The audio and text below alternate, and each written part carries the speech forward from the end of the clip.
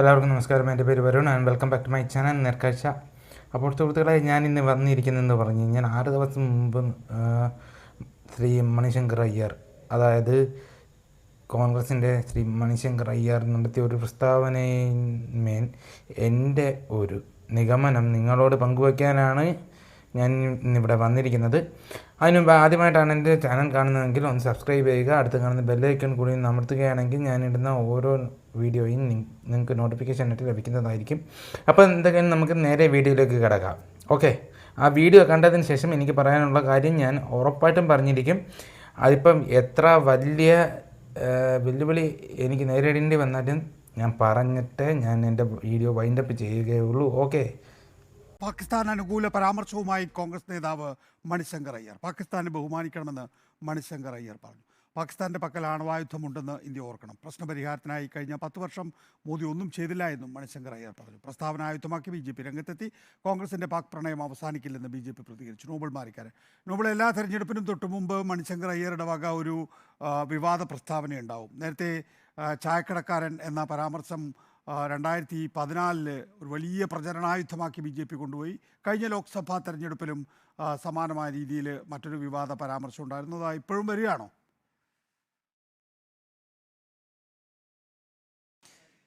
നികേഷ്, അങ്ങനെ തന്നെയാണ്. മണിശങ്കർ അയ്യർ ഇപ്പോൾ നടത്തിയിരിക്കുന്ന പ്രസ്താവന കോൺഗ്രസിനെ കൂടുതൽ സമ്മർദ്ദത്തിലും പ്രതിരോധത്തിലും ആക്കിയിരിക്കുന്നു എന്ന കാര്യത്തിൽ യാതൊരു സംശയവുമില്ല. പ്രത്യേകിച്ച് കഴിഞ്ഞ കുറേ ദിവസങ്ങളായി BJPയും പ്രധാനമന്ത്രി കോൺഗ്രസ് പാകിസ്ഥാൻ ബന്ധത്തെക്കുറിച്ചാണ് സംസാരിക്കുന്നത്. പാകിസ്ഥാന് രാജ്യത്ത് കോൺഗ്രസ് തകരുന്നത് ഒരിക്കലും സഹിക്കാൻ പറ്റില്ല എന്ന തരത്തിലുള്ള പ്രധാനമന്ത്രി പ്രസ്താവന വരുന്നു. അതോടൊപ്പം തന്നെ രാഹുൽ ഗാന്ധി അടക്കം പ്രശംസിച്ചുകൊണ്ട് പാകിസ്ഥാനിലെ നേതാക്കൾ FB പോസ്റ്റ് ഉൾപ്പെടെ ഇടുന്നു എന്ന് വ്യക്തമാക്കുന്ന ഇടയിലാണ് ഇപ്പോൾ എന്താണെങ്കിലും മണിശങ്കർ അയ്യരുടെ ഭാഗത്ത് നിന്ന് ഈ പ്രസ്താവന ഉണ്ടായിരിക്കുന്നത്. അദ്ദേഹം പറഞ്ഞിരിക്കുന്ന കാര്യം എന്ന് പറയുന്നത് പാകിസ്ഥാനെ ബഹുമാനിക്കണം എന്നുള്ളതാണ്. പാകിസ്ഥാന്റെ കയ്യിൽ ആണവ ആയുധങ്ങൾ ഉൾപ്പെടെ ഉണ്ട്. ഏതെങ്കിലും ഒരു ഭ്രാന്തൻ ഇന്ത്യ ഉപയോഗിച്ചു കഴിഞ്ഞാൽ എന്ത് സംഭവിക്കും?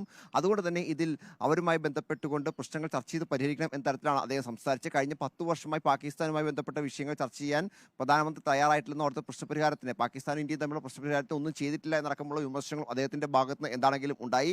സ്വാഭാവികമായും BJP ഉയർത്തിക്കൊണ്ടിരിക്കുന്ന അവരുടെ വിമർശനങ്ങൾക്ക് കൂടുതൽ മൂർച്ച വന്നിരിക്കുന്നു എന്ന് വേണം ഒരുമിച്ച് ഇതിൽ എടുത്തു പറയാം. പ്രധാനമായും കോൺഗ്രസിന്റെ പാകിസ്ഥാൻ പ്രേമം അവസാനിക്കുന്നില്ല എന്നാണ് ഇതിൽ BJP നേതാക്കൾ ഇപ്പോൾ വ്യക്തമാക്കുന്നത്. കോൺഗ്രസിന്റെ കൈ പാകിസ്ഥാന്റെ ഒപ്പമാണ് എന്നും വിമർശനങ്ങൾ ഉയരുന്നു. എന്താണെങ്കിലും നിലവിലത്തെ രാഷ്ട്രീയ സാഹചര്യത്തിൽ, പ്രത്യേകിച്ച് തെരഞ്ഞെടുപ്പിന്റെ ഈ ഘട്ടത്തിൽ BJP കോൺഗ്രസിനെതിരെ ഉയർത്തുന്ന പ്രധാനപ്പെട്ട ആരോപണവും പ്രധാനപ്പെട്ട പ്രശ്നങ്ങളിലും ഒന്ന് ഈ പാകിസ്ഥാനുമായി ബന്ധപ്പെട്ട വിവാദമാണ്. അതിനിടയിലാണ് ഇപ്പോൾ എന്താണെങ്കിലും മണിശങ്കർ അയ്യർ തന്നെ കൂടുതൽ കോൺഗ്രസിനെ സമ്മർദ്ദത്തിലാക്കുന്ന അല്ലെങ്കിൽ പ്രതിരോധത്തിലാക്കുന്ന ഒരു പ്രസ്താവനയുമായി രംഗത്ത് വന്നിരിക്കുന്നു. സ്വാഭാവികമായും BJP നേതാക്കൾ കൂടുതൽ പേർ ഈ പ്രസ്താവനയ്ക്ക് എതിരെ രംഗത്ത് വന്നുകൊണ്ട് കോൺഗ്രസിനെ കടന്ന് ആക്രമിക്കും എന്ന കാര്യത്തിൽ യാതൊരു സംശയവുമില്ല. അതിന് തുടക്കം എന്താണെങ്കിലും ഇതിനോടകം തന്നെ നേതാക്കളുടെ ഭാഗത്തുനിന്ന് പല നേതാക്കളും, ഷെഹനാസ് പൂനെവാല അടക്കമുള്ള വിവിധ നേതാക്കൾ ഇതിനോടകം തന്നെ ഇതിൽ പ്രതികരണവുമായി കോൺഗ്രസിനെതിരെ രംഗത്ത് വന്നു കഴിഞ്ഞു. നികേഷ്, അപ്പോൾ സുഹൃത്തുക്കളെ, നിങ്ങൾ ആ വീഡിയോ കണ്ടു കാണുമല്ലോ. അപ്പോൾ എനിക്ക് ഇത്രേ പറയാനുള്ളൂ. ഇതിനകത്ത് വലിപ്പ ചെറുപ്പമോ അല്ലെങ്കിൽ പദവിയോ അല്ലെങ്കിൽ ഒന്നുമില്ല. ആരാണെങ്കിലും എന്താണെങ്കിലും ഏത് പദവിയിലിരിക്കുന്നവനാണെങ്കിലും സൂക്ഷിച്ചും കണ്ടുമേ സംസാരിക്കാവുള്ളൂ. ഇത് നമുക്ക് എന്താ, നമ്മളെ ജസ്റ്റ് ഒരു സാരമില്ല എന്ന് പറഞ്ഞ് തള്ളിക്കളയാൻ പറ്റുന്ന ഒരു പ്രസ്താവനയല്ല. രാജ്യദ്രോഹ കുറ്റം എന്ന് തന്നെ പറയാം ഇതിനെ. ഓക്കെ, സ്വന്തം അമ്മയെ കൂട്ടിക്കൊടുക്കുന്നതിന് തുല്യമാണ്. സീരിയസ് ആയിട്ട് പറയുകയാണെങ്കിൽ, ഒറ്റ വക്കി പറയുകയാണെങ്കിൽ അതേ പറയാനുള്ളൂ.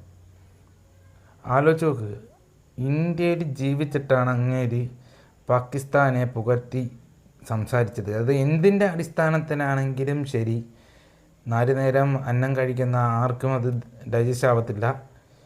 എനിക്കതൊട്ടും ഡൈജസ്റ്റ് ആയില്ല. ഓക്കെ, അപ്പോൾ എൻ്റെ ഈ ചെറിയ വീഡിയോ ഇത്രയേ ഉള്ളൂ.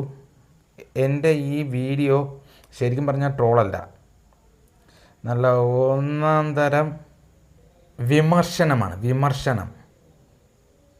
അതിപ്പോൾ ആർക്ക് കൊണ്ടാലും കൊണ്ടില്ലെങ്കിലും എന്താണെങ്കിലും എനിക്ക്